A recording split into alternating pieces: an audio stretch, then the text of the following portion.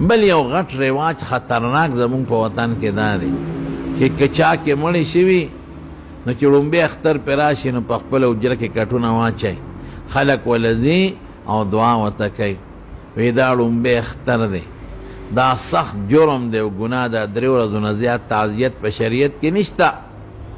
نو که یو 15 میاشتې شوي او 6 میاشتې او 8 میاشتې م شوي او لومبی اختر راغی، نو دا سلسلې ټول ورځ دا خلک دی هلته دواله ځم هلته ځم هلته ځم.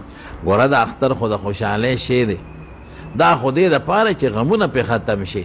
نو مسلمانانو تاسو مړو ته خلکو ته غمونه تازه کوئ، ګناه کوئ. که څوک خفه کېږي خفه دي شي، خو دا ګناه مه کوئ، دا جرم مه کوئ.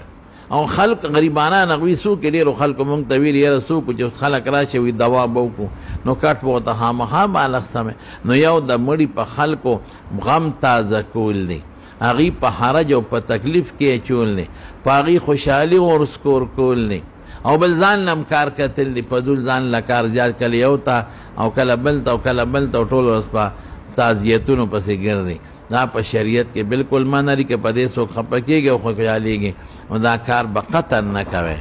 بل چې په چا مړي شوي که 6 میاشتې مخکې م شوي لومبی اختر پرې راغی، نو خشته جامې نه اچوئ او زړې جامې اچوئ، خرینه جامې اچوئ. ولې؟ وایي مړی شي، هلکه د مړي خو 2 میاشتې شوي دی، میاشتې شوې ده، څلوېښت ورځې هر څو چې شوي، 7 میاشتې شوي. ولې ظلم کوئ، زیاتې کوئ؟ خدای در باندې خوشحالي راولي، تاسو د خدای خوشحالي نه قبلوئ او د غمرازي کوئ. غمرازي په شریعت کې نشته. لومبی اختر راغی جامې نه اچوئ.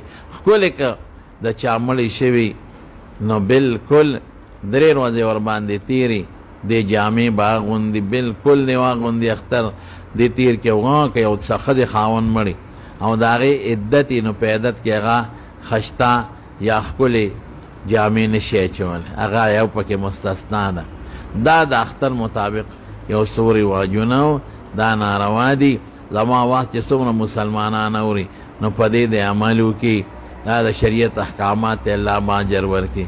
ټول اورېدونکو دوستان چې څوک اوري او څوک ګوري، زما د طرف نه ټولو ته د راتلونکي اختر مبارکباد دی. الله مو اختر مبارک کا، الله مو روجې قبول کا، الله مو عبادت قبول کا، او الله دا رمضان او اخترونه په مونږ بار بار راولي او په خوشحالۍ دی په مونږ رب العالمین راولي. او هغه مسافرونه چې په بار ملکونو کې دي، بالخصوص هغوی ته زما د اختر مبارکي د خپلو بچو نه، ښځو نه، رونو خویندو نه بار مزدورو له تللي دي، هغوی ته هم زما د طرف نه مبارکباد دی. الله دې د تکلیفونو پریشانو نه په امن کې وساتي. آخر دعوانا ان الحمد لله رب العالمين.